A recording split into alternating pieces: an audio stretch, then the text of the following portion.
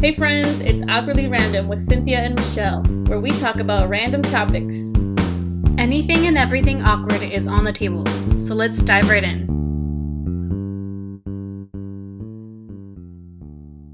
Hey everybody, welcome back to another episode of Awkwardly Random with Cinthya and Michelle. Welcome back. Woo, we're back. Sorry we haven't seen y'all in a while or spoken to y'all in a while, but we're back. Yep, we know you missed us. It's okay. I know, you've just been waiting for another episode to drop, so here you are. You're welcome. We're happy to be here. Mish, how are you? Doing good. Happy. Yeah. It's Saturday. I was able to sleep in. It's so nice. I know. We were like, what time are we recording? And we decided on 10. And you were like, okay, cool. I'm going to take a little siesta.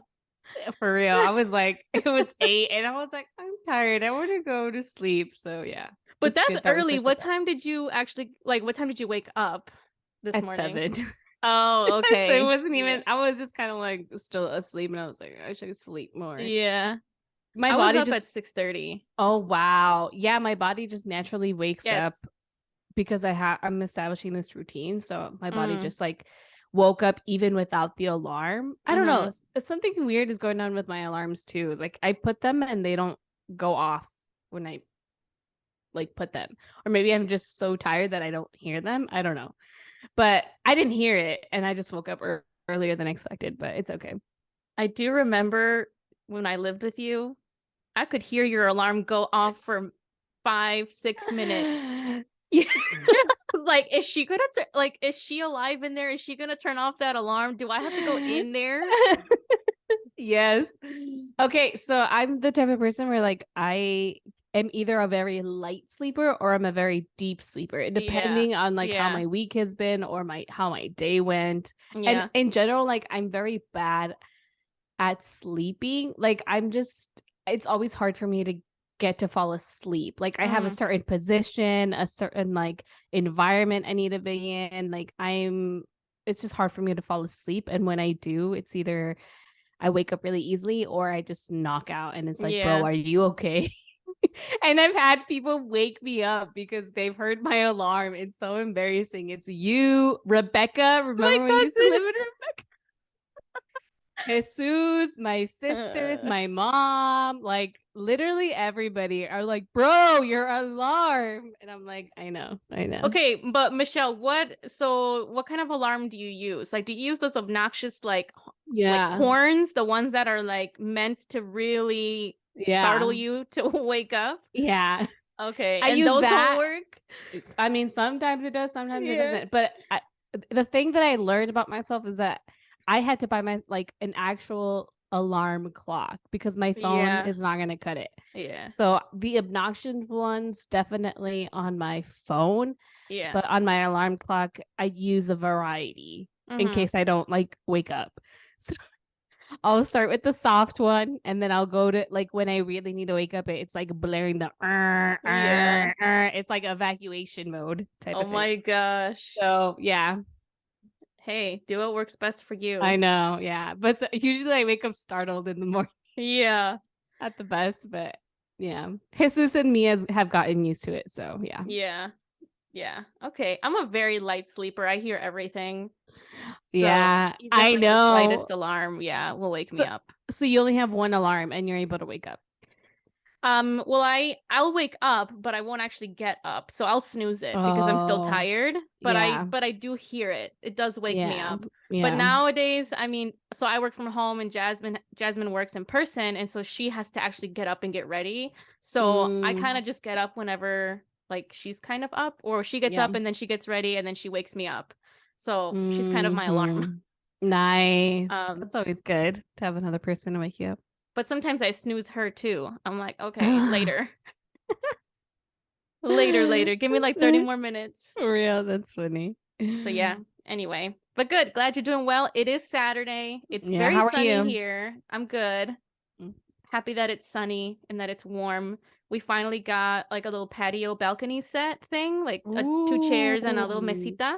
So I've been sitting out there in the mornings, or we'll eat there, or I'll go and read a book while Mila, my dog, is just kind of chilling, being the neighborhood watch. Aww. She likes to creep. Yeah. Thoughts are creepers. Yep. But yeah, no, nice. All is good. So we're happy to have y'all join us today for an awkwardly random podcast episode. We're going to get going with the question, then we'll get to the real world-ish, and then the main topic. Mish, you and I are coffee drinkers. Yeah, I am. Are you an iced coffee person or hot coffee? I can't pick one. I love both. I love both equally. It just depends on, for me, okay, I don't know if this is weird, but it depends on my mood, but then also depends on like the environment. Like, so when it's cold, I love a hot coffee. Yeah. Or like when it's a cold, chilly morning, a hot coffee is like, oh, the best. Yeah. But then I also love iced coffee. Oh my gosh. In the summer? You know, the little in the cup with the ice. Love that sound. But I love it. I love iced. I think iced though can get watery really fast. So it just depends. I'm kind of particular about it, but I love both, especially during the summer. Iced, oh my gosh, it's the best.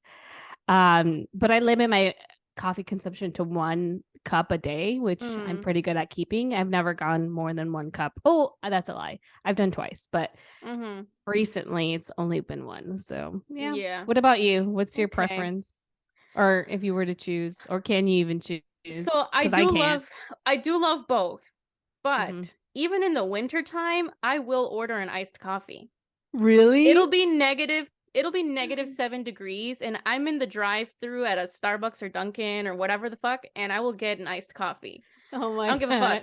So yes, I mean, it is nice to have like a nice warm coffee. I even like tea, like hot tea. So like a nice warm beverage in the morning to like, you know, cozy up or whatever when it's cold. But that's not like the main factor. It's mainly just like, what am I in the mood for? And I catch myself. I'm noticing that I gravitate more towards the iced coffee. Nice. At all times a year. Nice. So like some people look at me all weird in the wintertime carrying my iced coffee when I can't even feel my fingers because it's so cold outside. You can wear gloves though. But yes. Everybody has their own preference. I definitely know that. Jackie always gets iced for sure. Okay. Yeah, my sister. But yeah, that's cool. I love iced coffee. I love both. But you know what? I also noticed one day I didn't drink coffee, and I drink 1 a day. But one day I skipped coffee and I had a terrible headache. Yeah. And I don't know if it's because of the lack of coffee that I had that day or something else, but I'm like, is this withdrawal? Like, am I? Because you can become addicted to coffee. It's caffeine. That's true. Yeah. So I'm like, maybe I should like tone it down a bit. Yeah. So I don't drink coffee on the weekends. Because I feel like that's my break. But then I do realize that like I feel a little bit more like you feel groggy, more groggy. Like I do have headaches, or like maybe I'll take a nap here and there. But that's because I want to actually slow down and enjoy my weekend, and I don't mind feeling that on the weekend. But I definitely realize that there's a difference of when I have coffee and when I don't have coffee. But, yeah, I noticed that. I'm like, I should probably tone it down because I do drink it in the weekends too, and I love coffee with my breakfast on a Saturday morning when it's nice out. Like a nice. I had it today. I know. I had a nice iced coffee, caramel cold brew. It was so good. With my sausage, egg, and cheese on Asiago bread. Ooh, I love Asiago bagels. Yes. With coffee. Yeah. I'm starting to go towards like the less sugary coffee. Yes. We're just going into a topic about coffee. But I'm trying. I do that. I'm doing that more now that I'm older, I realize. Yeah. But yeah, I don't know. But sometimes I don't know. I mean, let's move on. Yeah. We'll talk about it more, but yes, I agree with you. We can do a whole podcast episode about coffee. We love coffee, and I wanted to ask you because I saw that did you see that TikTok? I think you commented on the one I shared on Instagram with all the iced coffee drinkers when they start shaking their cups. Of you.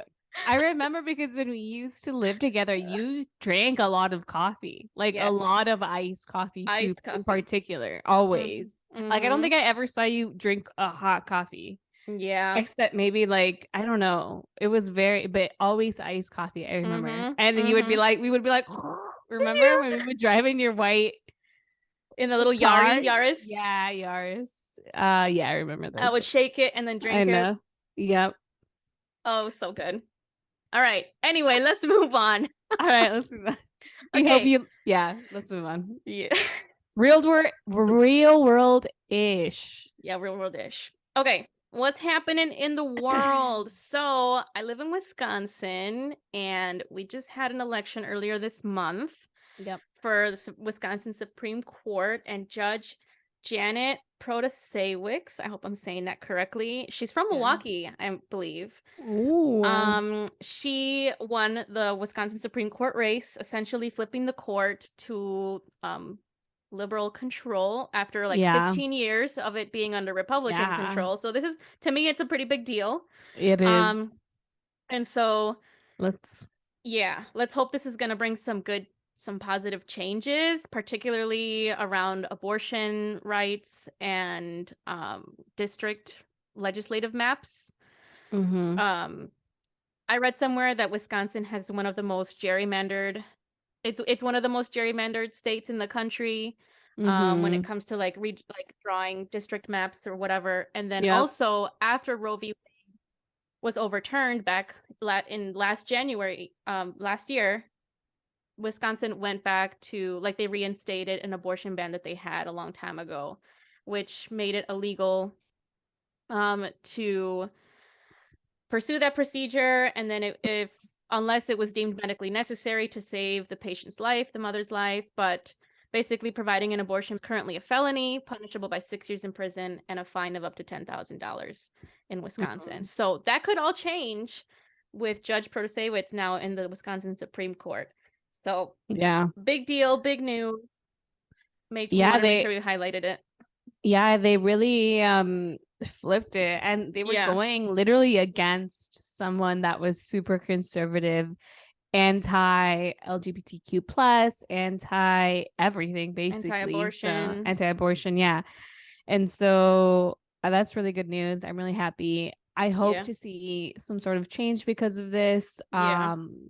So let's see what happens, and it's pretty I'm pretty happy to see that, especially because I'm from Wisconsin too, and super conservative state overall, hella white people. So I guess we'll see. That's a good win. Congrats, Wisconsin. Okay, next, House of Representatives of Tennessee. So this was ongoing when we were preparing. I didn't prepare too much, but that's cool. So from my understanding is that there were 3 House of Representatives. I forgot their names. So Justin Jones, Justin Pearson, and Gloria Johnson. So there was 3 of them. So they were leading some sort of demonstration or protest in the Capitol. And so I guess they weren't following quorum or the rules established on speaking in that space. Yeah. And so the House of Representatives, the Republicans, wanted to or move to expel 2 of them, which it was not the women, but the 2 black men, Justin Jones and Justin Pearson. And so they actually got expelled. But then I think a day or 2 afterwards, they had amended something. I don't know what happened specifically, but they got reinstated back into the House of Representatives. And that is freaking wild, to think about, because I guess the expulsion of 2 House of Representatives, people who were elected by by their constituents were removed, and this was unheard of. I think the last time they did it was a really long time ago, and it was for legitimate reasons. I can't remember what they were. I don't know if you know. No, but I do know someone had been expelled for allegations of sexual misconduct. These are very serious things. Serious allegations, Yes. But people were making the argument that like this is a dangerous precedent if people can be removed from their elected positions just because of their political positions or political stances. Right. And it was really I guess moving to see how a lot of young people really protested in general. Like what led it was the protesting of like gun control because of the shooting that happened in Tennessee. And so it's been really, I guess, powerful to see people not only protesting the gun control issue, but also really backing up their elected officials who really stand for, you know, their values and their beliefs. So that's pretty cool to see. But at the same time, like it is dangerous and scary to see people moving and talking about like two Black men in like a very way. And like, and you can just tell, I guess, by Tennessee's politics that like they're super right. They're like right wing, I mean, and like super white supremacist, like ideologies. And I don't know. I think that's pretty scary to see, in my opinion, and to see that these people are basically running our country too, you know? It's scary. Yeah, it's pretty scary. But yeah, that's what happened with that. I'm really happy that they're reinstated. Yeah, me too. I'm sure their work environment is not going to be the greatest, but they are doing the work for a lot of their constituents, and you know, give them a lot of props and support too for doing that. It's probably not easy. Good on them for what they did. Yeah, it's not easy. It's very brave. Gloria Johnson, the other representative, is a white woman, and she was not expelled.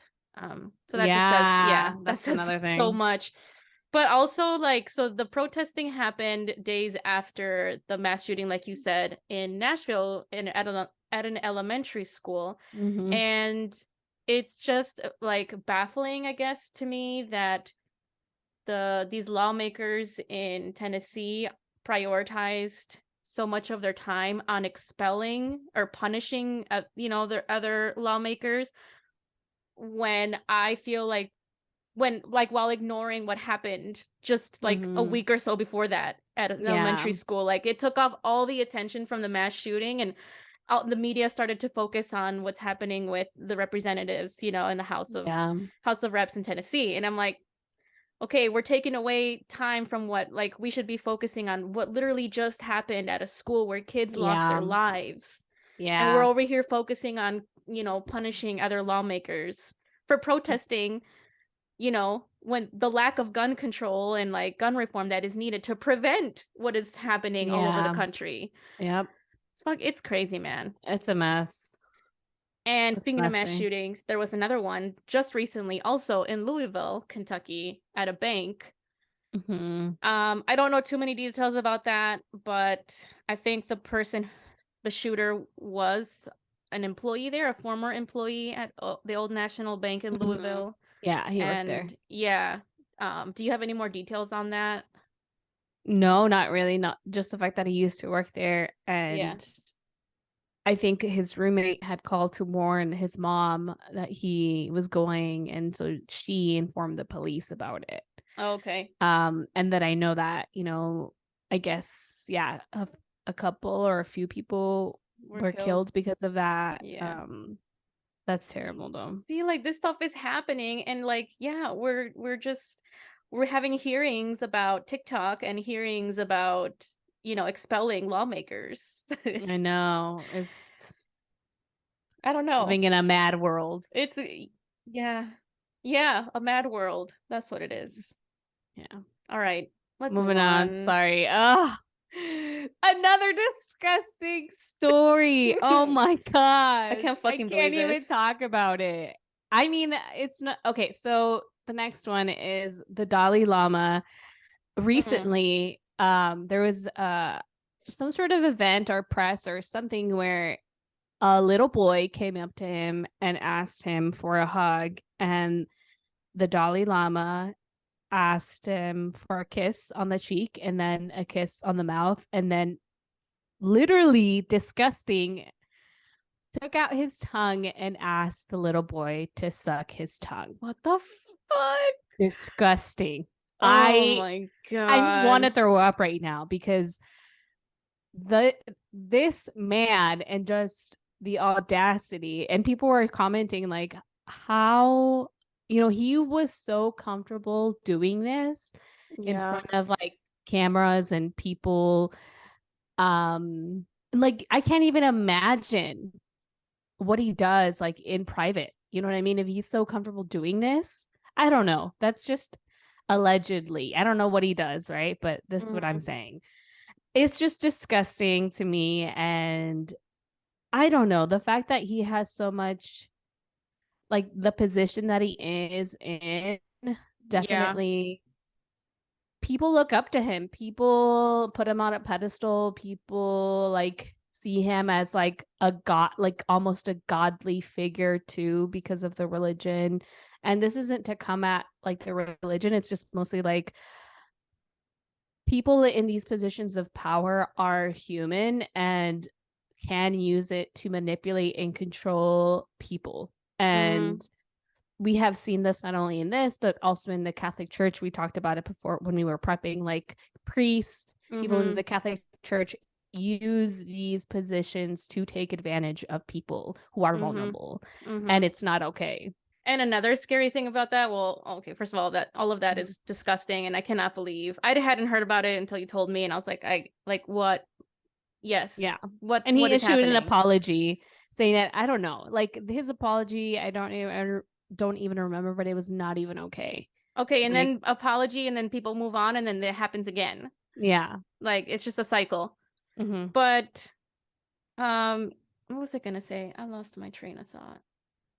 I was gonna say so like there's some people, no, it's okay. I was just like in awe, like I couldn't believe what was happening. But I feel like another scary part about this is that some people, a lot of people are so indoctrinated or believe so strongly in these figures that they can get away with these things, and they're still going to have so many people following them and following their word and whatever. And like, yeah, they just continue to keep getting away with this. Yeah. And other people are like, oh, like, I forgive you, or hey, like, you know, it's not a big deal. You made a mistake. Yeah, and justify or whatever. But like, because they're so deep into it, and that's so scary. That's really scary. So yeah. Cardi B spoke out on this. I think she tweeted. Really? Basically calling him like a pedophile and whatnot. Basically, it is. Yeah. Yes. But let me tell you this. So she's receiving a lot of backlash because they're saying, how are you one to talk about this issue when, and she admitted to this too. She, before she kind of came into the spotlight and fame and stuff, she would, I think, drug certain men who wanted sex with her, and so she would drug them and rob them, right?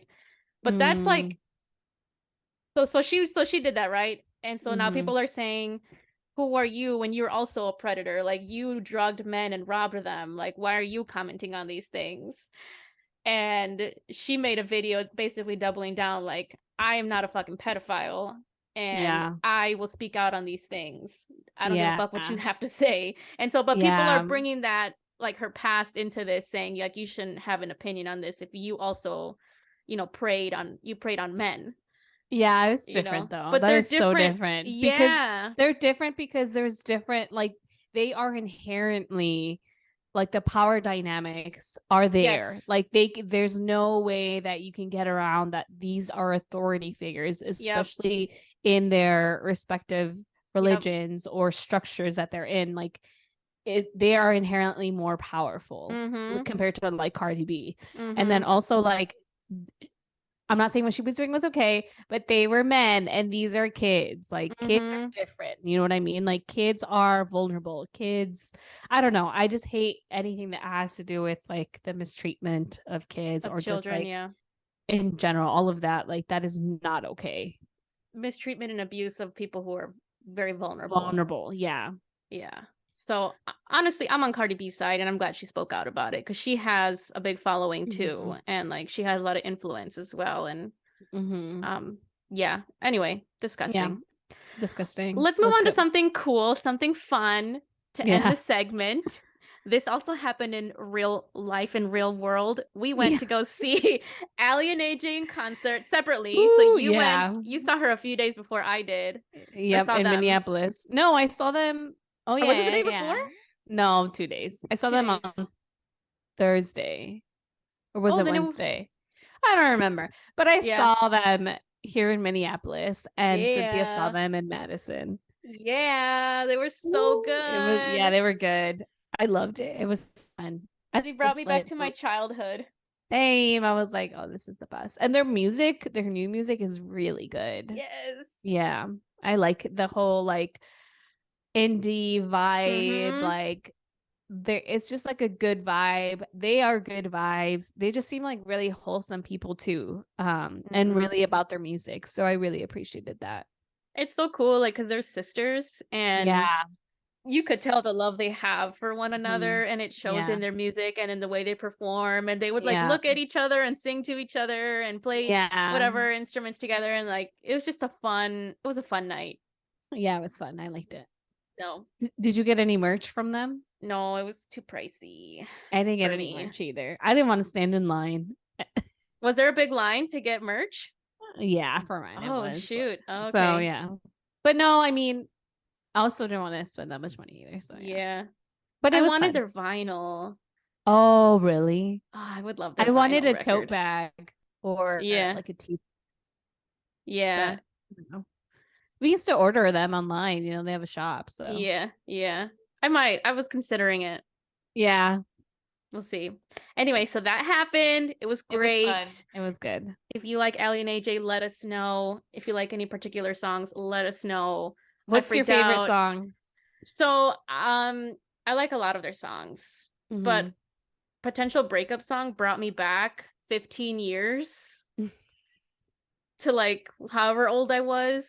Yeah, like 15. And it all, like, my childhood just came flooding back to me when that song played. So that had like a deep impact on my soul. But I really like On the Ride. Oh, okay, yeah. And I really like With Love From, which is their newer single. Like, isn't their new album? Yeah, I really like that one. Nice. Do you have a favorite or favorites? I have a lot. I actually owned their first CD ever, the Into the Rush. So I really liked all of their first album. So I really liked Into the Rush is really good for me. What's the other one?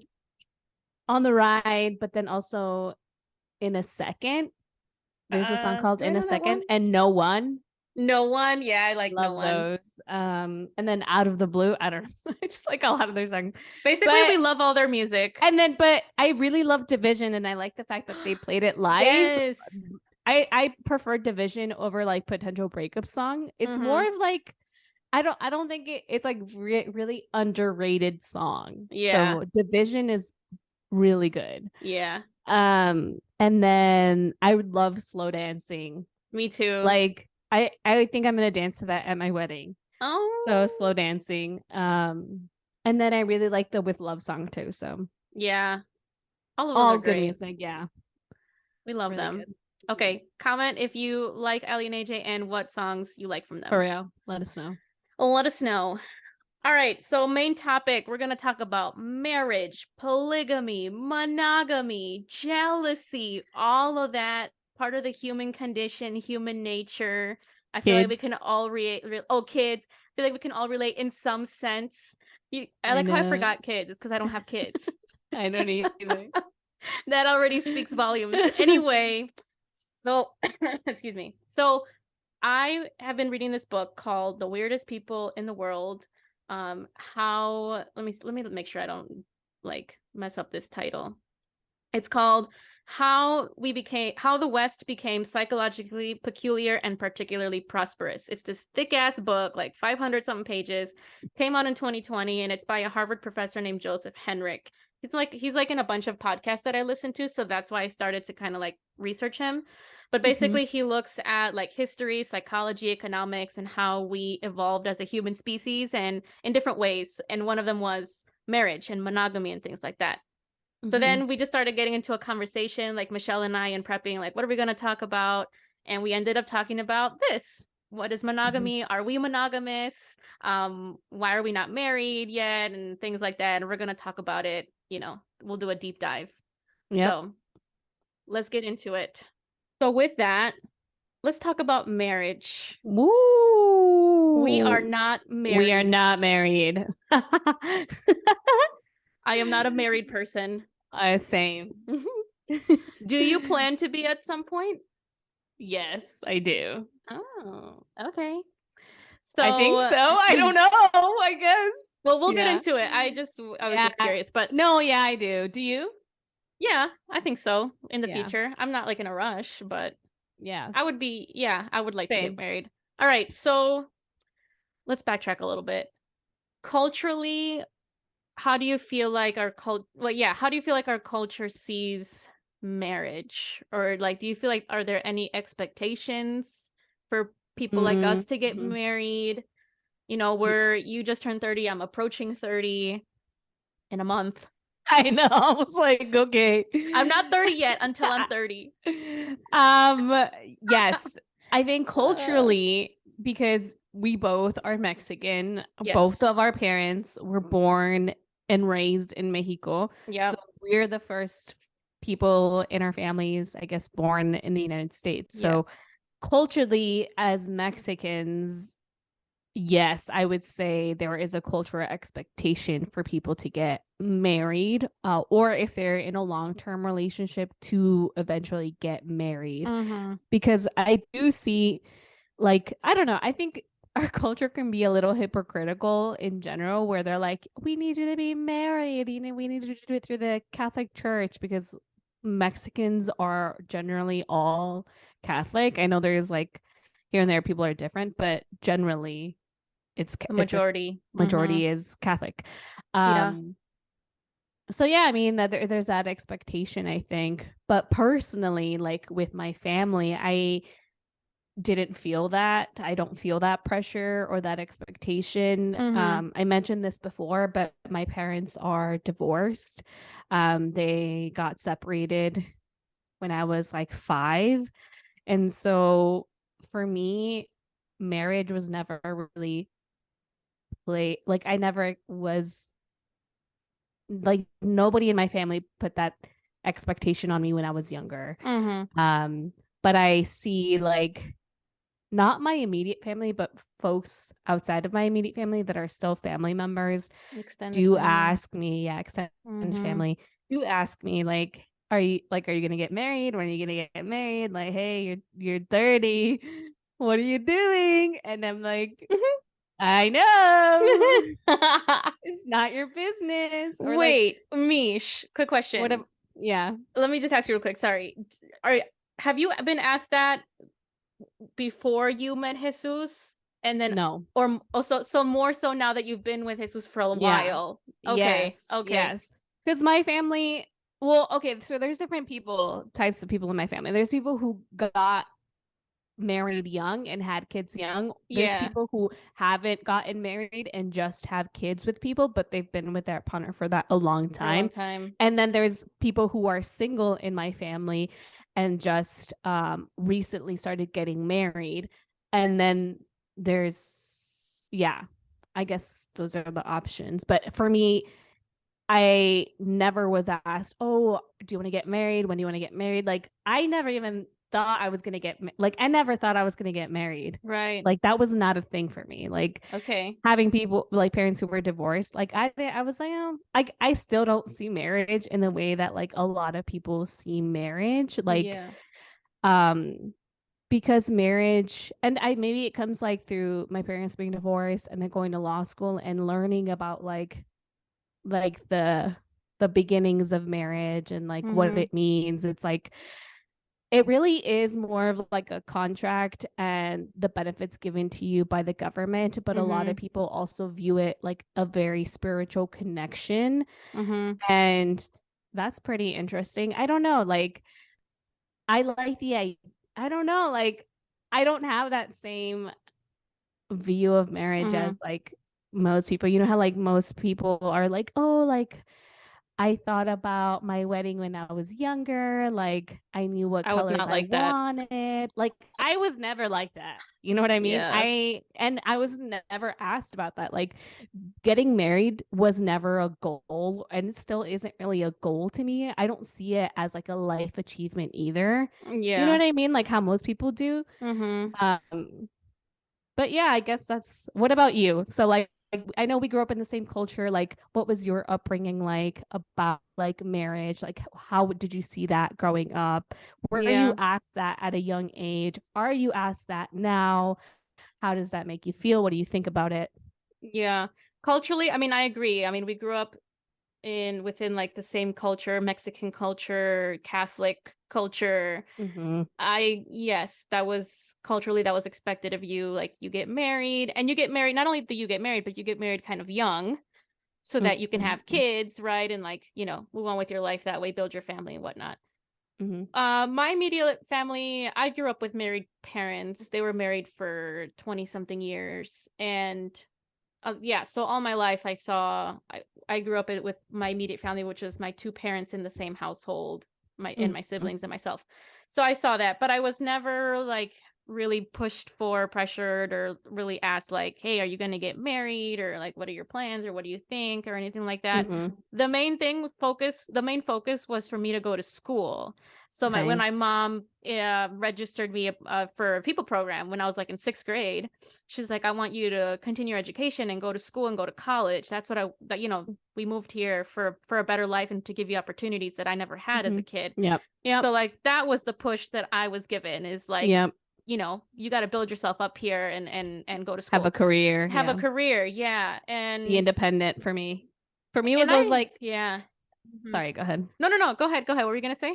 No, I mean, just to add to that, like for me, it was all of that, but also like because my parents came from divorced parents, both of my parents were like, I want you to be an independent woman.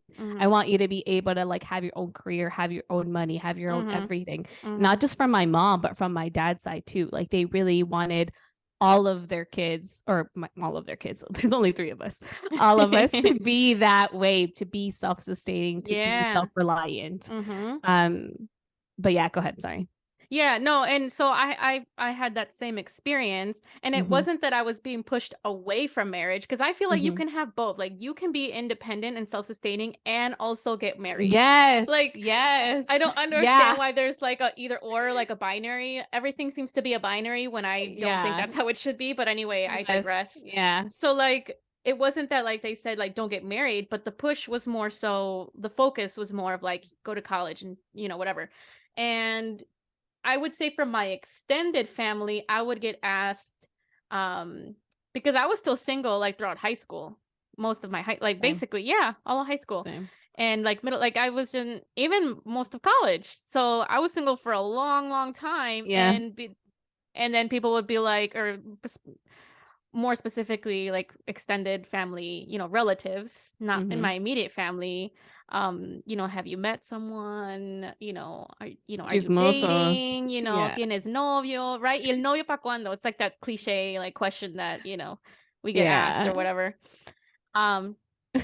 So yeah, I would get asked that, not necessarily the marriage part, because I wasn't even in a relationship at that point. Yeah. I think had I been in one, maybe that would have been more the question that I was asked. Yeah. Do you plan to get married? Do you want kids, and blah blah blah, which we'll get into the kids, conversation later. But so that's kind of what I was asked, but that's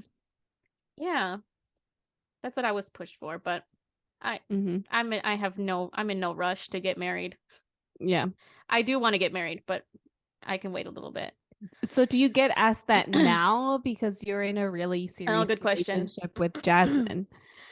I've been asked that. I maybe my mom has asked me, not like, oh, when are you going to get married? But, do you see yourself getting married? Like a genuine, it seems to me just genuinely, what are your feelings? But not to say that your answer is going to be right or wrong. It's just like, I'm just curious, do you think you'll get married? So how do you, I'm curious to ask you like how you view marriage, because you came from a family like that's different from mine. Like you came from a parents who were married, who were together for a long time, and you grew up with like them as a married parents versus like me, like I grew up with parents who were separated. How do you think that had an impact on how you view marriage now, or like how do you view marriage is what I'm wondering. I mean, I don't put such an emphasis on marriage, even though I did grow up seeing a pretty healthy marriage, whatever that means to people, but like they seemed happy, they co-parented, like we were, you know, a tight family. But I saw them as my two parents. I didn't really like see them like, yes, they were married, but I never really like consciously thought like, oh, my parents are married. You know what I mean? Like it was just like, here's my mom, here's my dad, and we're living all together, you know, we're one happy family. You know what I mean? Like I wasn't thinking I about don't know. My parents were not like that. Well, but no, I understand though. What I'm trying to say is like I wasn't consciously aware or thinking about the fact that they are married. Even if they weren't married and we were still living as one happy family, like I still would have probably seen it the same because I just saw them as my parents, you know. But I have several friends who a lot of my friends grew up with separated parents or like single parents. And so I don't really like, I understand marriage is important and I think it is special, but I don't think it's the end all be all. I don't think it's for everybody. I don't think people should be forced or pressured into it. I don't see it as, like you said, this life achievement. Even though I did grow up seeing, you know, a pretty healthy, good marriage for most of my childhood and adolescent and part of my adulthood. So I don't know if that answers your question, but I don't really like see it as like this like super sacred thing that everybody needs to do. Yeah. I don't know. I'm just wondering how you see it. I mean, I kind of already said that I'm trying to find, so like I mentioned, like the way that I see it is more like matter of fact of like, oh, like we're getting into this like official commitment with having legal benefits. The legal but at the part, same, but at the same time, like people do create a special or have made it like a spiritual like connection or bond with your partner, which is why I'm just wondering like how you view marriage, or like, because I think there's different between like the actual wedding ceremony aspect versus like being in a marriage también, right? I would say. So I'm wondering like how you see that. I mean, it's a big deal in the sense that yes, it's official legally and stuff if you get married through what, like the court or whatever, and you have to sign, and then you file joint taxes or whatever, things are intertwined, combined. Credit score though. Credit scores, like things, and then like, if you're married and you want to get, buy a house or get a car, you also need your spouse's signature, don't you? Or something where you have to do things together, and you do. So that's a pretty big commitment. Or like whatever your spouse does affects you. So affects like you, yes. Yeah. That's a pretty big deal. Yeah. So that's in that sense. I mean, obviously I take it seriously.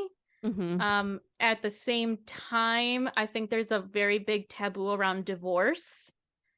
And I don't think there should be. I think you can get married, and if for whatever reason down the line, even though you made this big commitment, you decide, I don't want to be married to you anymore, that I would like a divorce. Like, I think that happens a lot. Yeah. And I think, and that's just, it happens. That's like a matter of fact, like that's you were just saying, and that's life, right? And so I don't know where I'm trying to go with this point, but I'm just trying to help destigmatize all of that. Like, if you get married, it's because it's for life and all these things. And while yes, that's the goal, like maybe that's the plan. Those right? are the vows. I want to be with you for the rest of my life. Also, life happens and things happen, and you never know. That is so true. That is real. I think that is true, and that's real, and that makes sense. And I definitely think that whatever you make of whether you want to get married or not, I think it just depends. I think you're right. I agree that it's not for everybody. And I also think that marriage looks different for different people. Like there's no like, this is how you act when you're married and this is what you do and you have kids and all these other things that like we were born into this. Like we were born into like this society and the structures and the traditions of this, but we don't necessarily have to follow it. And I think that's what we're seeing now with like a lot of people like us that like we're not married, you know what I mean? Or we're choosing not to be married yet. Dude, most of our friends are not married. And most of our friends are not married. And we were talking about this earlier. Like we know people who like some of our friends are married, but the majority of our friends are still very single, and that's okay. And like we are creating that narrative, and there's different reasons as to maybe why like people are not getting married. And I think those reasons are valid. Yeah. And even if you don't have any reasons, like you don't really need to explain it to anybody, in my opinion. But I just think that this society makes it very hard for like single people to live on their own. And that's what sucks. And I think that's why a lot of people are kind of talking about this. But at the same time, we are getting pressure from like not like higher generations of like, why aren't you getting married? Why aren't you having kids? But yeah. I saw this YouTube video recently. I added some things to our like outline and stuff. I meant to add it to my own notes. But I edited it there so you can see it, but it's cool. So I watched this YouTube video about why millennials are not getting married. Millennials being people who were born between 1981 and 1996. So we're part of that group. Yeah. And they were talking about how the entry into adulthood kind of has changed over time. Yes. Yeah. And, you know, it used to be, okay, you're becoming an adult. What does that mean? It means that you now have to look for a forever partner. You should be getting married. And then what's after that? Well, you should be having kids and starting your family and all that kind of stuff. And that started to change with the education system and things like that. And people started going to school and moved towards that and building a career. It has been more of the entry into adulthood rather than going straight into marriage. They talked about finances and the high cost of living and student loan debt, inflation, things like that. Like it's becoming really hard even for us to even just like buy a house.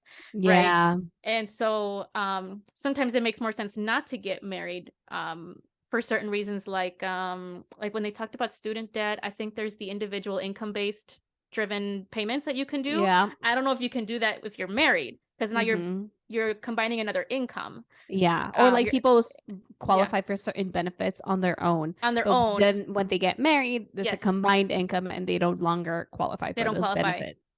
That's a great way to put it. That's what I was trying to say. Thank you. They talked about women entering the workforce and education. So, you know, it used to be that women would stay home a lot more because they couldn't go out and work and they couldn't go to school. And you know, so then there's more women in the workforce working, less and less housewives, I guess. And so it's declining marriage rates. I learned this term hypergamy, which is like when you marry up, I guess, when you want higher status, you want to marry someone who's of higher status, quote unquote. And with women becoming more educated and building their careers and entering high places, positions of power in certain areas of their work, the standards for men is becoming higher and higher. And that's what I should be, I guess. It should have always been. You need to have first of all, you should be able to choose, right, who you want to get married to, because that was one thing, is like you also couldn't choose. But with women also entering higher status, you know, whatever that means, right, with education or career and whatnot, they also wanted a man with higher status. So that impacted marriage rates and stuff like that. And then of course the risk of divorce. People, I mean, marriages are ending up in divorce at like a 50% rate today. And like divorce is probably a hard thing to go through. I've never been married or divorced, so I can't really speak on it necessarily, but I know it's hard. It's a hard thing. And so people don't want to like risk that, and I think that's fair too. All of that to say, like, people are really seeking for reasons as to why is this happening. Also, some people just don't want to get they don't want to get married, and that's like it, point blank. Yeah. And none of that was not in that list in this video, and it should have been. Yeah, that's true. So yeah, it's okay. You're not doing anything wrong with your life. Nothing's wrong with you if you're not married. And if you are married, congratulations. Yeah, and we're happy for you if you are married. Yeah. I think what we're trying to get to is like people should do whatever they want without judgment. Yeah. Yeah. There's so many taboos around this kind of stuff. So I know. Divorce is a taboo.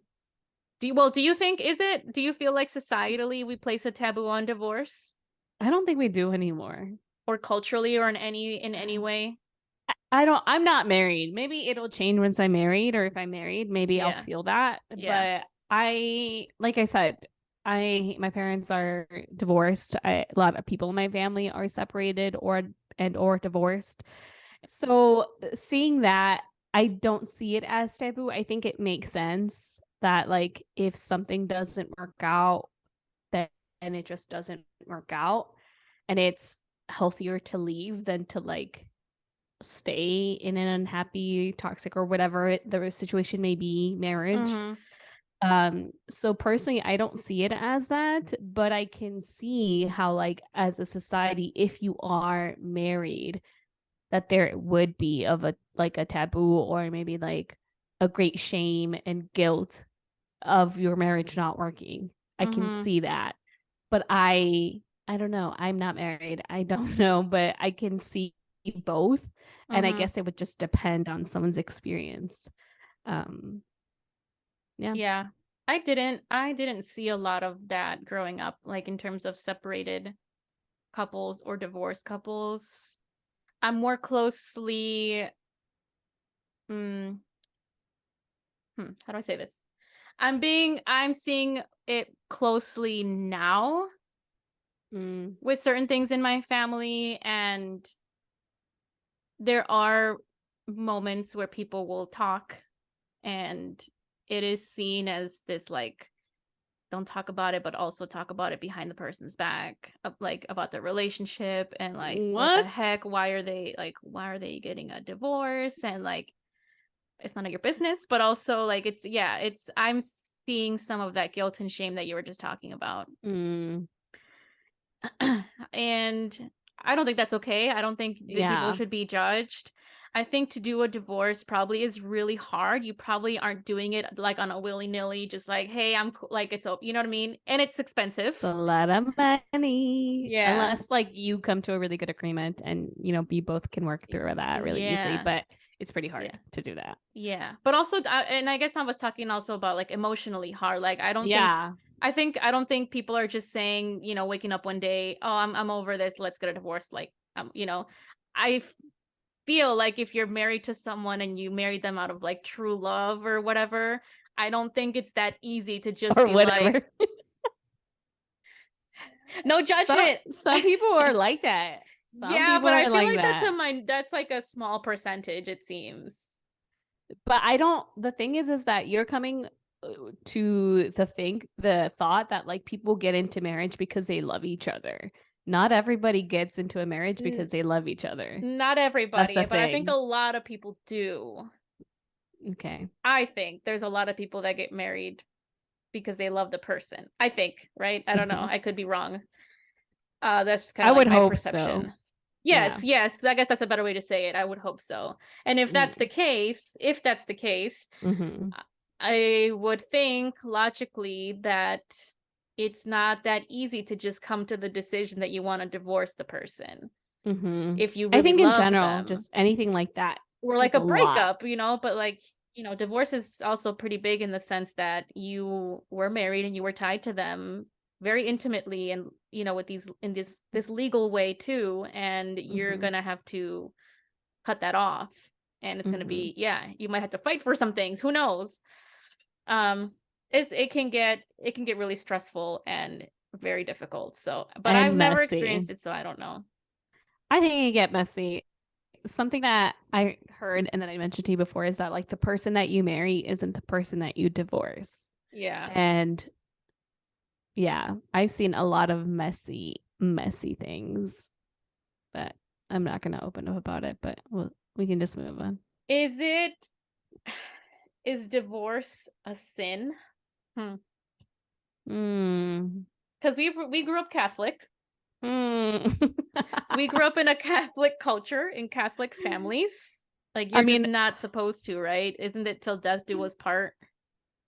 I mean, it is a vow, but is divorce specifically a sin? I would say no, but I guess if you're looking at like Catholicism, if you have sex with somebody that's not your husband or wife or spouse, you're committing adultery. Then that would be a sin. Yeah. So I wouldn't say necessarily divorce is a sin, but the other acts that may come with it could be considered. Yeah. Yeah. It's so interesting how the church, and maybe other religions too, but I grew up Catholic, and I can say more, I guess, about the Catholic Church and Christianity and stuff.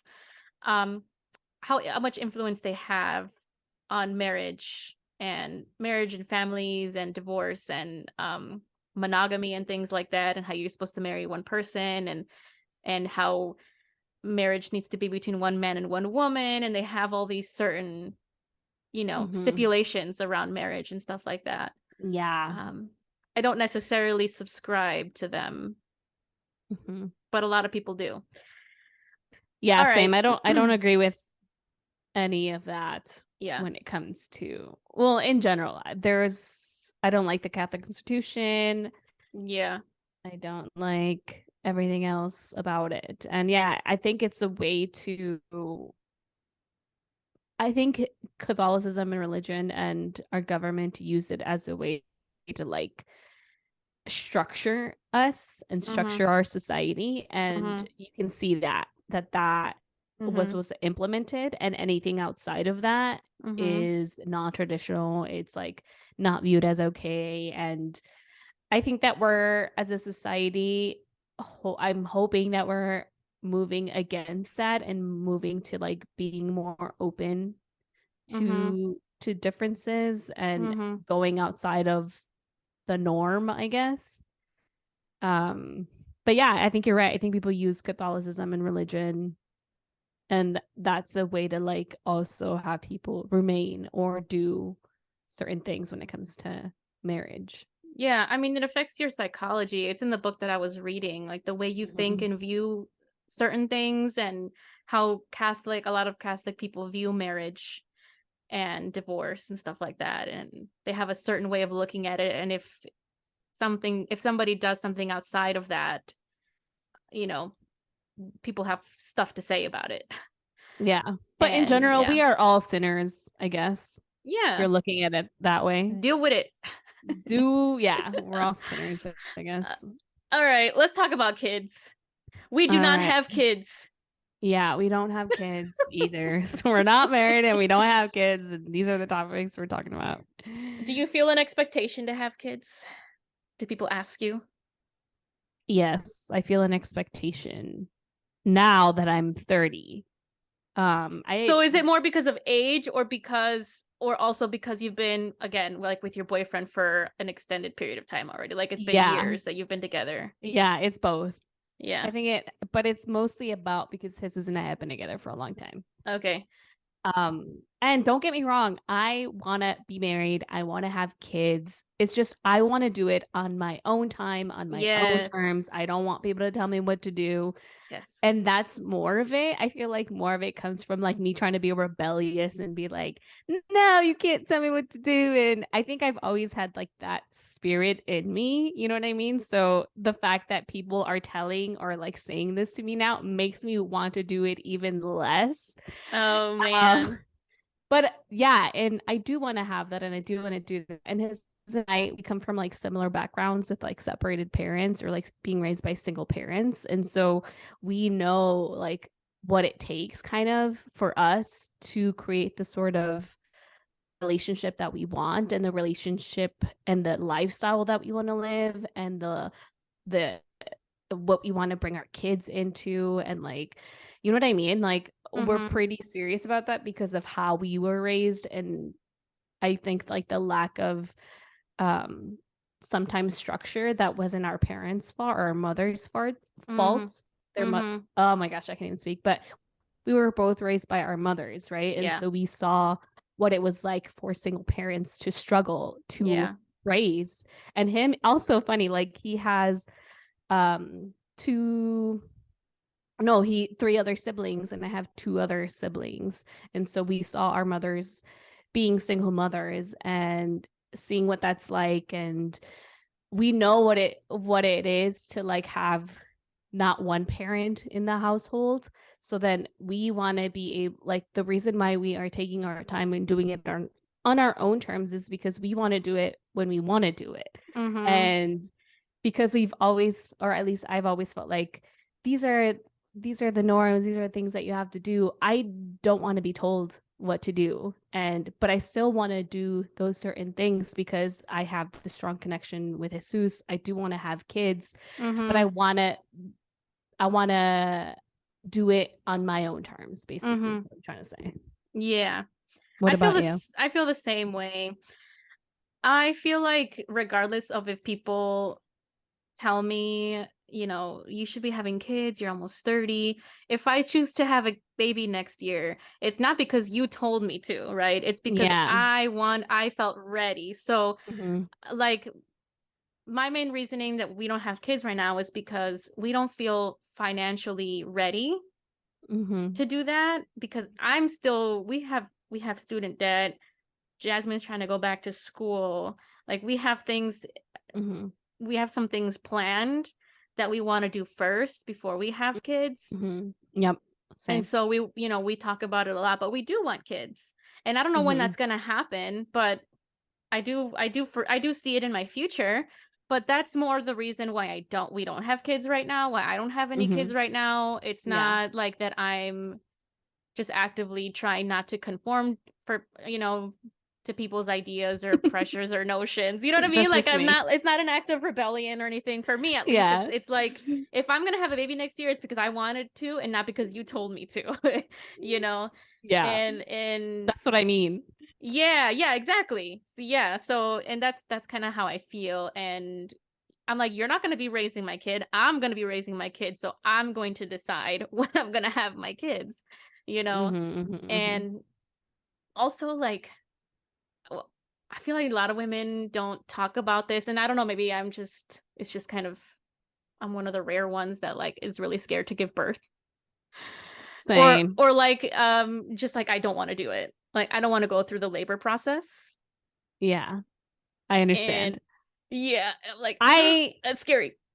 I don't think that it's really talked about, like the actual labor process. Like, we don't, like, when I was learning about it in the pregnancy and the labor process, like that shit is scary. Like, it is scary. I'm scared to have kids. Like, physically having a child, like it's that so is much on your body. Like, learning, like when I like my sister has been pregnant like various times, and like other family members, and I've asked them, and it's like, how? I mean, obviously we can do it, right? But like that is scary. Do I want to put myself through that? And all the time I would joke with this, I was like, yo, I would be ready to have a kid like next month if you could have it. Yeah. Because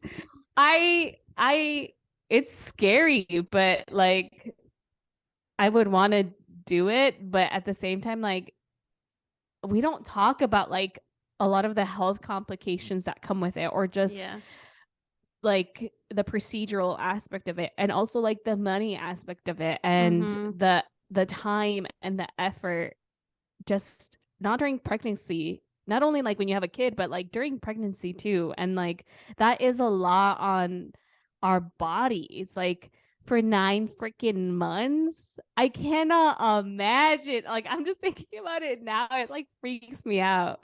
And so I guess maybe I guess maybe the reasons why I don't have kids right now, it's because I don't think I'm physically ready to like handle that. Also, like, I want to be in a specific financial situation when I have kids with Jesus. I want to have a house or be living in a house. And yeah, there's a lot. And yeah. Well, I will tell you, our fears are valid and it's okay. When I tell people like, oh, I'm so scared to give birth, like I don't think I could go through it. A lot of times they say like, but once the baby's here, you're gonna forget all about it. Like, don't worry about it. Like, it's okay. And sometimes like that's reassuring, but also kind of invalidating because I just told you what I'm terrified of, and it's a valid fear. That's a valid fear I think a lot of women have. And yeah, we don't really talk about it. And so I was even kind of hesitant to say it. But yeah, I don't want to like go through the physical process of giving birth. That just freaking terrifies me. Yeah. And people should be okay to say that.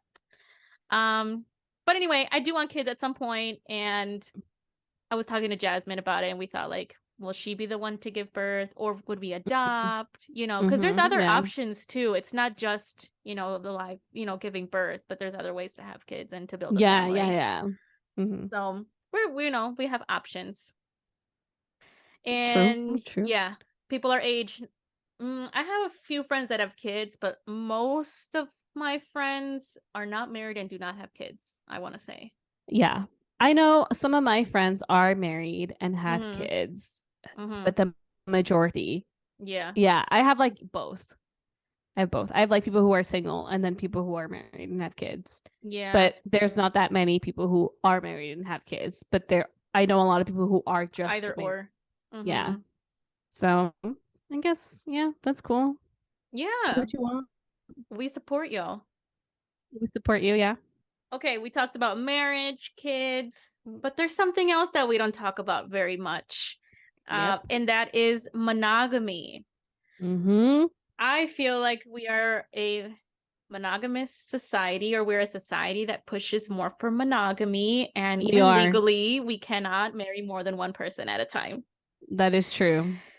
Culturally, what are your thoughts about how our culture sees monogamy, polygamy, polyamory, all those kinds of things? Culturally, I think we view it the same way. And I think it's really tied to the religion, like we kind of talked about it. So I think culturally and religiously, we're also pushed to monogamy. Yep. Yeah. Yeah, I mean, but at the same time, like hella people cheat on their spouses or like are in open relationships. Like there are aspects where people just don't talk about these things because they are so outside of like society norms and traditions and stuff like that. There's a lot of debate right now amongst like scientists and evolutionary biologists, like people who study this stuff about you know, whether we as a human species are meant to be, you know, monogamous. Are we, because we're sexual beings, you know, we need like that physical, we need that like intimacy with another person. Like, I mean, it's true. We are. But we don't, there's a lot of debate about whether it's like, we need to stick with one partner for the rest of our life, or have we evolved to be more polyamorous or polygamous or whatever? There's a lot of debate around it, but the Christian church in this book that I was reading that I talked about earlier did mention how Christianity, when it started to kind of proliferate around like Europe and things like in areas like in Europe, that they pushed more for monogamy. You know, one partner. But a lot of people cheat. You're right. A lot of people do cheat. And why is that? Who knows? For a variety of reasons. But I think I think we tend to either it's like a taboo, or we judge it, you know, people who have more than one partner, or who you know, cheating is such a bad thing.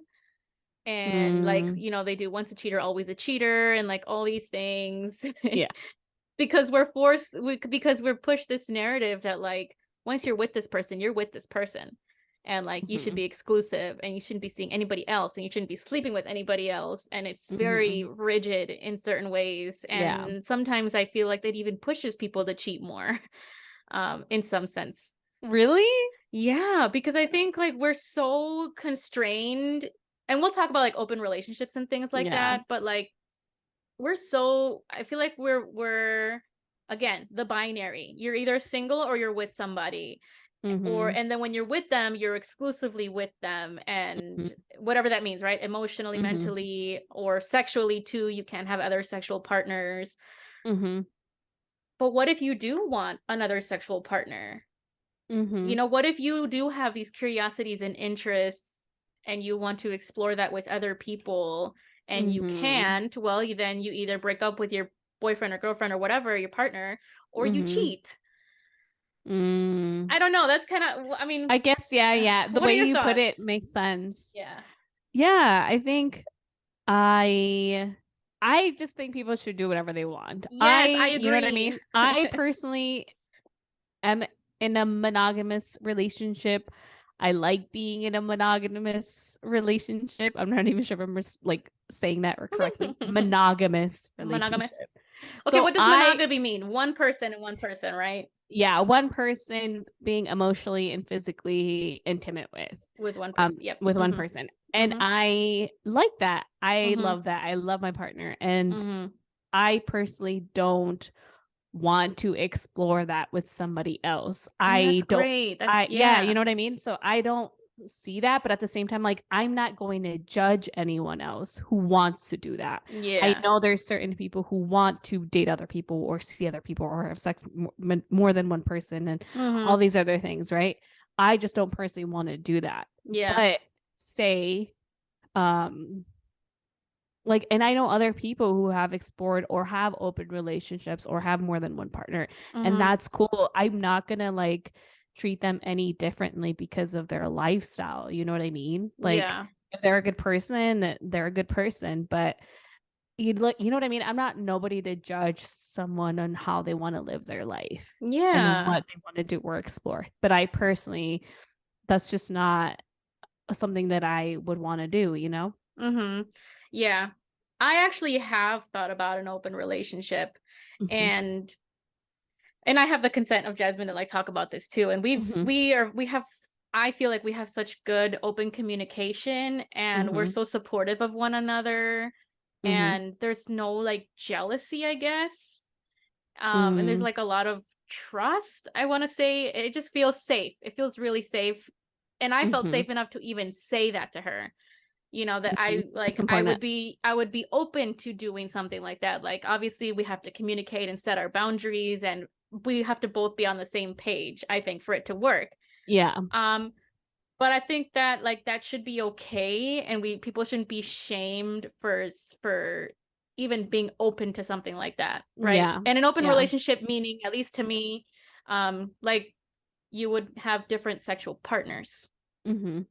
So, because I think that's different than polyamory, where you have, maybe there's a throuple, right? Or 3 or 4 people that are like committed to one another, like as a group. But an open relationship is more like, I think, just like the sexual part, I want to say, but you're still emotionally, mentally committed to your partner exclusively. This is my girlfriend, right? And yeah, I think that people, if you want to have that, like, be open about it and have that conversation with your partner. And it can be kind of scary, because what if they're not about it? And even the idea that you're even considering it could lead to a breakup, possibly. Who knows? So, and also, just because you consider it doesn't mean you have to do it, and you should do it, and like you can change your mind. Like, I'm very happy, and I'm also in a monogamous relationship currently, and we're both very happy. And also, like, you know how people have like certain sexual fantasies or kinks or ideas or things they want to try? Like, that doesn't mean if you want to include another person, or if you want to try it with a different person, I don't know if that necessarily means you don't love your partner. And I feel like there's this maybe misconception that I have this fantasy of, example, right? And we're being very like, this is not for kids. But like, I'm just gonna be very honest. Like people, you know, who have certain fantasies of like, I want to see you try this with another person. Like, I think that that turns me on. It's so hot. Like, you're showing your partner your true self. Like, you're just bearing it all out there. This is a fantasy of mine, and I think that's okay to share those things. Doesn't mean they have to happen, but you're sharing what you are curious about, what you're interested in. And your partner can be like cool, or your partner cannot be cool about it, but at least you're talking about it. And but it doesn't mean that you're not happy with them. It doesn't mean, well, at least for me, like me considering an open relationship, it was just like, it's just like in my head, but not like anything I'm like really acting on. But it's just like, oh, I'm curious what that would look like. It doesn't mean that I love her any less. You know, and that's kind of what I'm trying to say. Some people might use the idea of encouraging an open relationship to kind of stray away from the partner because they're distancing themselves or something. But in that case, you know, you might as well just tell them, hey, I'm not happy. Instead of like making it more complicated. But like, I don't see any there shouldn't be any judgment around this kind of stuff. That's true. There shouldn't be. And I like the fact that you brought it up. You are bringing in your like perspective into it and your conversation with Jasmine, and that you have talked about it and that you feel safe to talk about it. And I think all these topics generally do come up in like relationships. You know what I mean? Like all these type of things do come up. And I think it's normal for them to come up. And like you said, you don't actually have to do it. You're just talking about it. Like there's nothing wrong with communicating and figuring out and like coming to an understanding, or just being open with your partner, because I mean, you're gonna be with them, right? So like, why wouldn't you want to tell them also? I mean, think about like your, you know, sexual relationship with your partner, even if, like when it's just you two in the bedroom. Like, I think that's important to communicate what your wants are, what your interests are, what your needs are. What you like, what you don't like. Like, and so that those conversations happen, and they should happen. And we should be okay with that happening. You know, like there shouldn't be any judgment. So I just feel like a lot of people don't talk about it. As like, we're on a podcast and we're talking about it. I just feel like a lot of people don't really talk about it in that way, or maybe these topics, like you said, are more intimate topics or more private conversations. I feel like people see it as, which makes sense. I mean, you don't have to air out. I mean, we're definitely not airing out our situations entirely, and we're doing it because of the privacy and respect of our partners too. So it makes sense. You know what I mean? I think understanding what those are for your partner as well as for yourself makes sense on how we approach these things. No, I am in no way saying you should be talking to us about this, or like, I know. We're not saying saying that. Let's all have a conversation together. I mean, we could if you wanted to. You could if you want. If people wanted to, for sure, share what you feel comfortable sharing, what you want to talk about. But if you don't need to, you know? So we're both each in monogamous relationships. Have you ever tried or have been in a different type of relationship? I know you said in the future, like you don't see yourself trying it because it's not your thing, but have you ever in the past? No. Okay. No, I've always been in a monogamous, like one partner relationship. I think that's called serial monogamy, like one person at a time. Yeah, pretty much. That's me. Okay, cool. What about you? Well, I haven't really been in relationships, to be honest, like, period. But I've dated, like I've gone on dates with people, like not necessarily at the same, well, like I've gone like on a date with somebody, and then like the next week I'll be on a date with someone else. That was when I was, you know, single and just kind of dating. See, that's okay. Like in general, like what's the difference between that and like, you know what I mean? Like, I mean, isn't that seeing more than one person? I would say. I was seeing more than one person. Right. And I feel like that's normal, right? I don't know. Well, so whatever normal means, whatever normal means, and whatever. I mean, I feel like a lot of people do that, especially now with online dating. Like, you match with someone and then you match with someone else because you're swiping you know, on different people, and you end up matching with 2 or 3 people. You go on a date one week with this person, you go on a date with this person the next week, and so on and so forth. And I feel like that's like the dating culture right now. Yeah. And that's cool too, like whatever. But sorry, go in ahead. Terms of, I interrupted you. No, that's okay. In terms of like a committed relationship, this is my first and only one currently. Going on 2 years, and we're exclusive, monogamous. Like, it is what it is. And yeah, in the future, I don't know what's gonna happen, but I see myself being with her for a long time. So yeah. So I don't know, you don't have to include this, but you've discussed the potential of having an open relationship with Jasmine. Oh, okay, cool. I've expressed it to her that I've had a curiosity around it and a potential interest, and she is incredibly supportive. But what does that mean? So it would be if I were to pursue something physical with someone else, she would just want to know who it is, and she would expect me to be safe with them, because obviously I would still be in a relationship with her, and like those types of boundaries. But like ultimately, I'm still committed to her. Does that make sense? Yeah. And she is okay with that. Yes, and she is okay with that. Yeah. But she's like, I just need you to tell me. Like, I can't have you like just go behind my back and cheat. You know what I mean? Like, which I would never do. That is cheating, I guess. Because that's cheating. If I go behind her back and keep it a secret, that's cheating. And I like that's not that's not my deal. You know, so that's why I brought it up to her very openly. Like, hey, I've just been thinking about it. How do you feel about it? And she is okay with me pursuing it. She's not interested in doing it with anybody else. But she's like, if you want to, like, yeah, like, that's cool that you've talked about it. I wanted to move on to the like jealousy part of it, because I don't know. I don't know. Okay, jealousy, what is it? I was like, I don't know how to do that transition without being.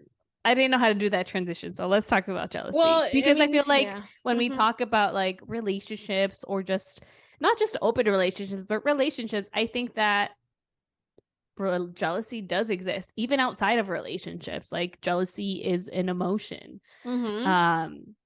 It is, yeah. So have you ever felt it? Have you ever felt, I mean, I guess this is generally, have you ever felt jealousy? Have you ever felt it in your relationship, outside of your relationship? I have a hard time answering that, because I'm trying to pinpoint what exactly jealousy is. Is it like like an envy? Is it like a possessiveness? You know, I don't really know how to pinpoint it. I remember feeling like with friendships, let's say, oh, my friend is spending a lot of time with this person, and like she doesn't really hang out with me that much anymore. Am I like hurt? Am I jealous of that other person that they're able to spend that time with them? Like, do I want that time? Is that what it is? And I'm envious, you know? Because I have felt that. And if that's what you're referring to, then yes, I have felt jealousy in the past in friendships. Yeah, I guess that's what I mean, because it's so hard to pinpoint like what exactly it is it means. Yeah. But I feel like we've all know that feeling of like, I don't know if it's right. Yeah, maybe I don't know if it's jealousy or envious, or maybe it's both and a combination of two, but it's that feeling of like, oh gosh, like something is wrong, or like you said, like, why are they spending so much time with that other person? They should be spending more time with me, or you know what I mean? I feel like that is kind of, I don't know if it's normal. I don't selfishness. Normal. I wouldn't say that, because like it's an emotion, like, and it's valid. But at the same time, like, you're not imposing that on anybody else. I feel like if you're imposing it on somebody else, like, hey, you can't hang out with them, then maybe that would be selfish and like controlling and not good. But I think it's normal to have those type of feelings of like, oh, like, why aren't they spending any time with me? Or like, oh, like, I don't know. You know what I mean? I feel like we've all experienced that. And I feel like that is an emotion that comes and goes. So the issue could come from what you do with that jealousy then. Like, yeah, how you act I think on so. it. Yeah, because I think it's normal. Like, yeah. You know what I mean? Like, me and my sister, like it could be through with anything. Like I feel like you can experience it in any aspect of your life in any way, like with your sisters, with your friend, with your partner, with your parents, with at work. Like I think that emotion can be invoked, but it's just like, what do you do with that, and how do you communicate it? You know what I mean? Yeah, I know exactly what you mean. Because maybe we can't like conceptualize it or very like be more analytical in that way, but we feel it. Have felt that. We all know what it feels like. Yes. And I think we should like focus it through the lens of a relationship, since we're talking about like open relationships and stuff. But the reason I say that is because I feel like a lot of people say in general who are opposed to an open relationship is like, oh, I'm too jealous to do that. I would be too jealous. I would get jealous right away. I've heard that before. Not saying everybody does that, but I've heard that that's one of the reasons why people don't pursue that, or is out of jealousy. And like, and then I asked like, well, what are you, if that happens, right? Well, what are you jealous of? Or like in a relationship, if you're in a heterosexual relationship and your boyfriend has friends that are girls, and your boyfriend hangs out with those girls when you're not there, like if but you know them, like you're they're friends, and it's just platonic. Do you still feel some sort of jealousy? You know what I mean? Yeah, I know what you mean. It can play around in different ways in relationships. Yeah, but at the same time, when it comes to like, obviously he has friends that are we're in a heterosexual relationship that are women. Like I think because we've been together for so long, like I know those people, and he doesn't really have that many in general. Like most of his friends are men, and so that's not like something that I really think about, because he doesn't really have friends that are women. Yeah. Okay, that's fair. I think that's I always go back to like what am I jealous of? I think with me and Jasmine, we've accessed this like space together that's safe for the both of us, that's sacred, that's special, that only I've accessed with her and nobody else. Yeah. And like there's something really special about that. And like, why would you want to lose that? I wouldn't want to lose that. Yeah. And I think if I were to feel like some sort of jealousy, which I might, maybe, I think it'd be of that. It would be like, wait a minute, this was our safe space, like this intimate, emotional, mental, physical space that we've shared together and we've experienced together. For you to do that with someone else kind of takes away a little bit, maybe, from what we had. And I feel like that would be something that would be maybe the root of my jealousy. Who knows? But I also wouldn't want, like, if she were to come up to me and tell me, I want to try to have an open relationship. I have some curiosities and interests that I want to explore. I would try really hard to not let my own reservations and jealousy, like stop her from doing that, while at the same time making sure that my boundaries are also being respected. If she wants to continue like in a relationship with me. Does that make sense? Yeah, that makes sense. But I get that. Yeah. And that's important to talk about. It's like your partner wants to try something, but then also making sure that it doesn't cross your boundaries. Yeah. I think that is important. Yeah.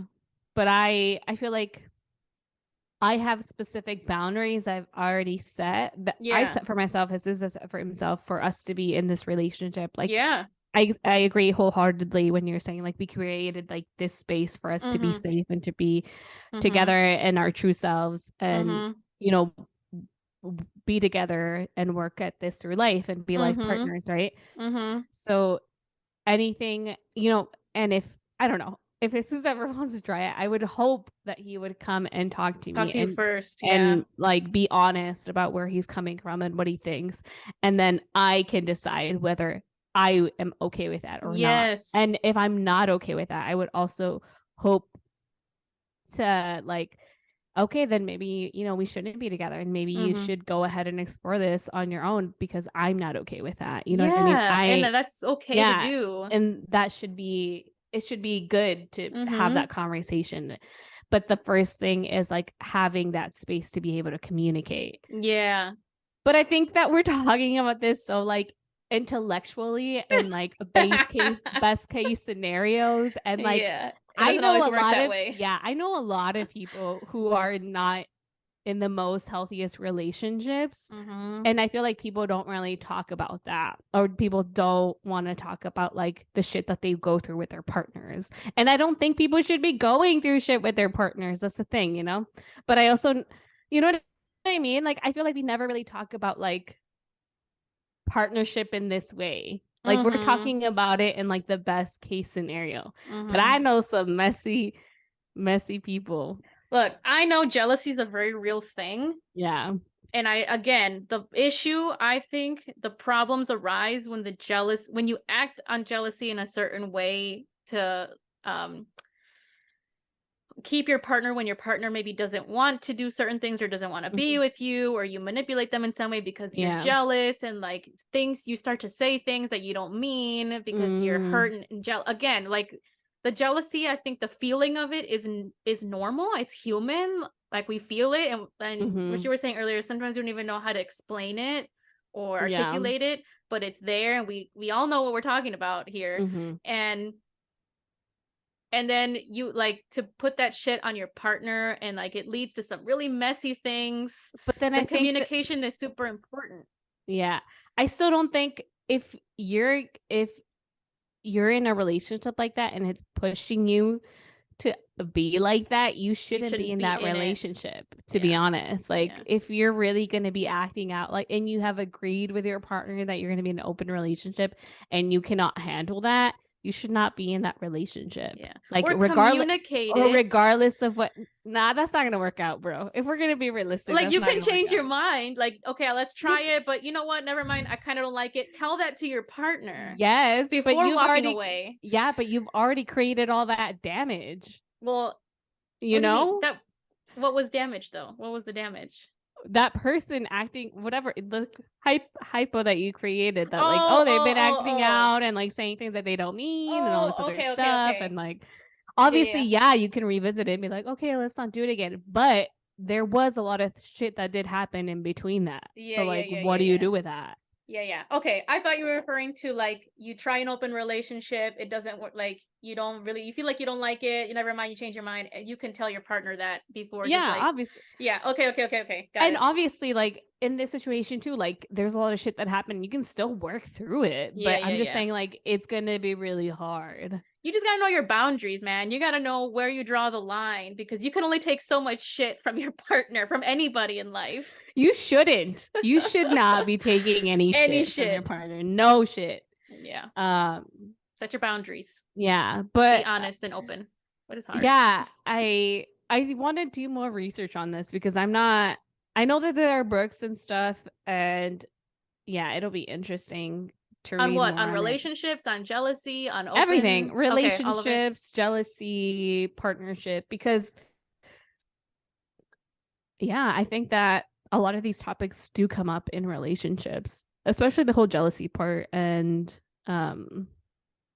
the fact that people are being more open to like being in open relationships or polyamorous relationships.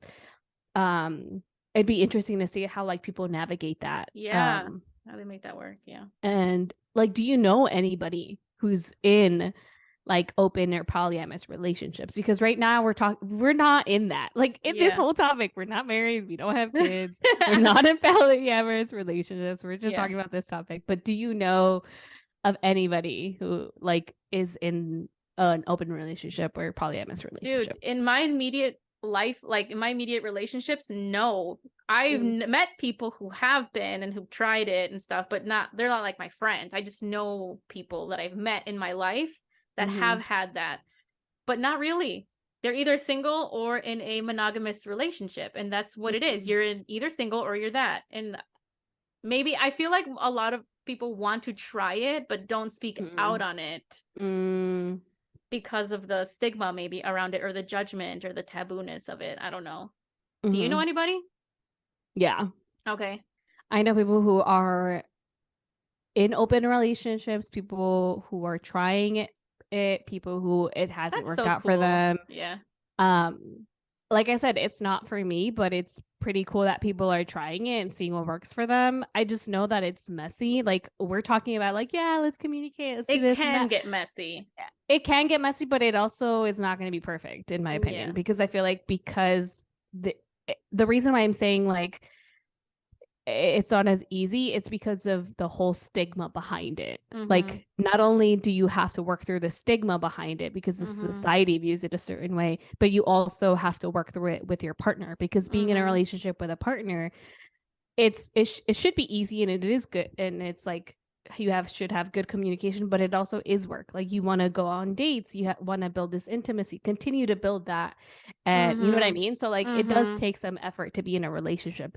So to add that, or to do that with somebody else, in whatever way you want to do, that's something in addition to it. Yeah, you're adding another person into the mix. So what I'm saying is, like, it can be messy and it cannot, but at the same time, like, I think people are exploring that, and if people want to, they should. But they do have a lot to deal with, not just like their relationships, but the stigma behind it. And that's what I meant more, where like it's a lot. Yeah. But yeah, people should do what they want. But I hope us having this conversation, like, yeah, we're in monogamous relationships, we're not married, we don't have kids, but we are trying to destigmatize these conversations and these these different types of relationships and things. Like, this is the whole point. Like, we hope that people are free to explore what they want to explore. Yeah. You know, there shouldn't be any judgment about it. Yeah. But I mean, like, if your partner doesn't want to explore that, then they don't want to explore it. Yeah. Then you either got to decide, okay, is it really that important? Like, do I really need to try this? If I, or can I, like, okay, it was just an idea, I can set it aside. My partner doesn't want to explore it, I'm cool with it. It was just an idea. Yeah. You get what I'm saying? I get what you're saying, but then, like, you really, like, if somebody brought it up and they don't act on it, then, like, you should act. Like, why wouldn't you? You know what I mean? It's kind of more like, I don't want to say like suppressing, but it kind of sounds like it's like, oh, like, that's something I want to do, but I'm not going to do it because of this. Well, that's, you know what I mean? Yeah. And I think it depends. Like, is this something I really have been thinking about a lot and I need to do it, and I have this like itch that I need to scratch and or is it just like, I thought about it, and like, I don't care if you really don't want to do it, that's fine with me. Like, I'm cool. I think it really depends. But I think there is something to say about, like, if you even thought about it, there may be something there that's worth exploring. And if your partner is not about it and stuff, like, then you have to decide, like, okay, then should I explore this on my own? Do we need to maybe not be together for me to do this? Or is there some middle ground that we could maybe work through? I don't know. I don't know. Every relationship's different. Yeah. But I'm wondering, people who are listening to this, like, are probably in, or maybe not in, monogamous relationships, and I'm just wondering, like, if you are a listener and listening to this and you are in a monogamous relationship, do you see yourself being in an open or polyamorous relationship? Why or why not? And that would be cool to know. Like, actually comment that below, because I would want to know. That'd be cool. And if you're in a polyamorous or open relationship or have talked about it, is there any merit to what we're saying? Yeah. They're like, shut the fuck up, bro. Was this a whole waste of an episode? Hopefully not. I know. I know. No, I think it's good to talk about it. I'm just joking, but I just don't know. We do want to hear your thoughts. Yeah, we do. All right, we're gonna end this episode now. Bye, everybody. Thank you all for tuning in. We hope you enjoyed this. Really let us know your thoughts. We're so curious about what you have to say, and we want to know. We want to hear your thoughts. Thank y'all for tuning in. Thank you. We'll catch you at the next one. See ya. Bye.